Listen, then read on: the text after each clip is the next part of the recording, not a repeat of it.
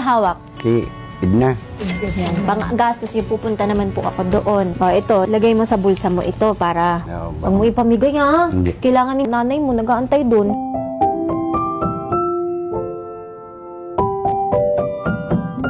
Lagi nila sinasabi, ka-birthday mo si Papa Jesus. Sino magkakala na sa ginagawa kong mga prank, may makikilala ko isang napakabait na tao. Tapos yung pangalan pa niya, Jesus. Siya ang lumapit sa akin. Alam ko talaga na hindi to coincidence, plano ni Lord. Kami po ay nagtitaping ngayon ng Love is Never Gone, na malapit na po ipapalabas sa ABS-CBN. Kaya po araw-araw po ang taping ko. Kanina po napakap ako 5 AM ako nakauwi sa bahay. And then gumising ako ng 10 AM para makita si Kuya Jesus. Araw-araw po ako nagpapadala ng food sa kanya para makakain siya ng 3 times a day. Bilang isang content creator, gusto kong ginagamit yung platform ko to inspire people, to help people, to share kindness. Hindi naman ako perfectong tao. Marami akong pagkakamali sa buhay. Proud ako kasi nagamit ko yung platform ko na reunite natin yung isang pamilya. Matutulungan natin si Kuya Jesus na magkaroon ng magandang kinabukasan. Pero pagdating sa pamilya kasi, iba siya sa akin. Iba yung kurot sa puso. Kasi mahal na mahal ko yung pamilya ko. Kahit mawala lahat sa akin, wag lang sila. Magiging transparent po ako. Ipapakita ko po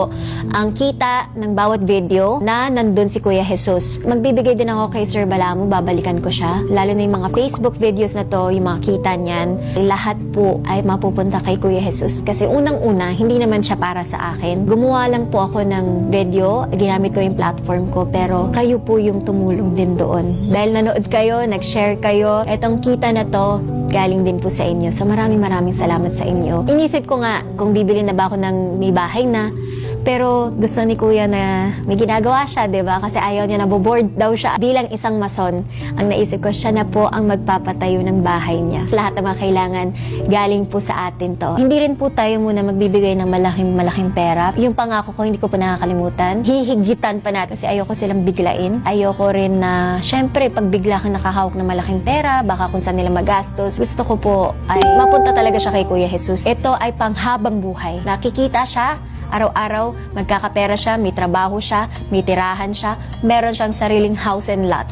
Yun po. So maraming salamat sa inyo at pupunta naman tayo sa Bicol.